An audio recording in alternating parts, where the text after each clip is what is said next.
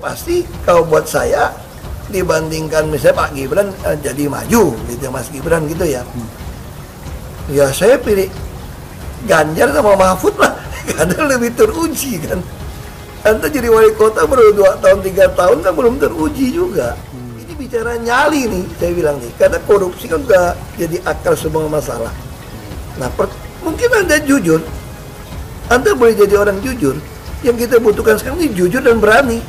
Kalau cuma jujur nggak berani nggak ada guna. Berani nggak jujur lebih celaka juga. Berani nyolong lebih celaka. Tapi kan jujur, saya yakin. Tapi Anda berani nggak? Kami tidak mungkin satu kalimat pun ya memberikan kritik komentar tentang pasangan lain. Ya. Itu namanya kode etik. Saya akan mengkritik majelis MK, ya, Mahkamah Konstitusi. Ya. Saya katakan K-nya itu khianat, ya. Itu majelis khianat. Sekarang bayangkan. Ada wali kota dari Jawa Tengah, itu entah siapa yang mengusulkan sampai-sampai masih khianat ini merubah aturan main, ya. Maksudnya itu aturan DPR tapi diambil alih, sudah melampaui wewenang mereka. Ketua Majelis Syuro Partai Umat Amin Rais menyebutkan putra Presiden Joko Widodo yang juga bakal calon wakil presiden Gibran Rakabuming Raka sebagai milenial gadungan. Amin Rais menyoroti sikap Gibran saat bicara di depan bakal calon presiden Prabowo Subianto di Pilpres 2024 nanti. Menurutnya, sikap Gibran tidak mencerminkan kesopanan generasi milenial. Saya kira itu menghina. Kaum milenial itu pintar-pintar, nggak ada milenial kalau bodoh, jarang itu.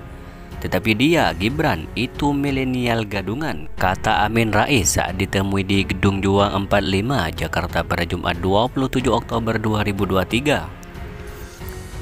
Amin Rais tak sepakat jika gaya Gibran berpidato dalam deklarasi Koalisi Indonesia Maju disebut sebagai cerminan kaum milenial. Dia berpendapat generasi milenial punya kecerdasan dan kesopanan. Anak ingusan yang enggak tahu apa-apa itu malah melebihi Prabowo Subianto. Pak Prabowo, jangan khawatir, saya ada di sini. Memangnya siapa dia itu? Jadi katanya diikuti kaum milenial. Saya kira itu menghina, kata Amin Rais. Saya kasihan sama wali kota Jawa Tengah itu, ya.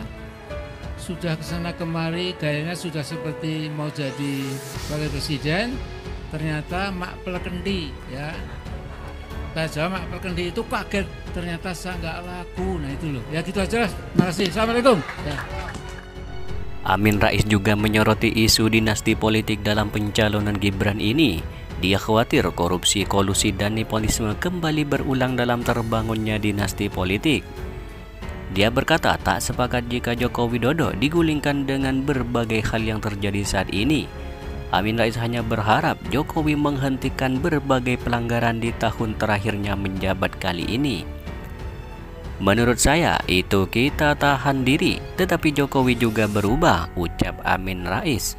Sebelumnya diketahui Sekretaris Jenderal Solidaritas Ulama Muda Jokowi Nizar Ahmad Saputra membela Gibran dari cibiran Amin Rais itu.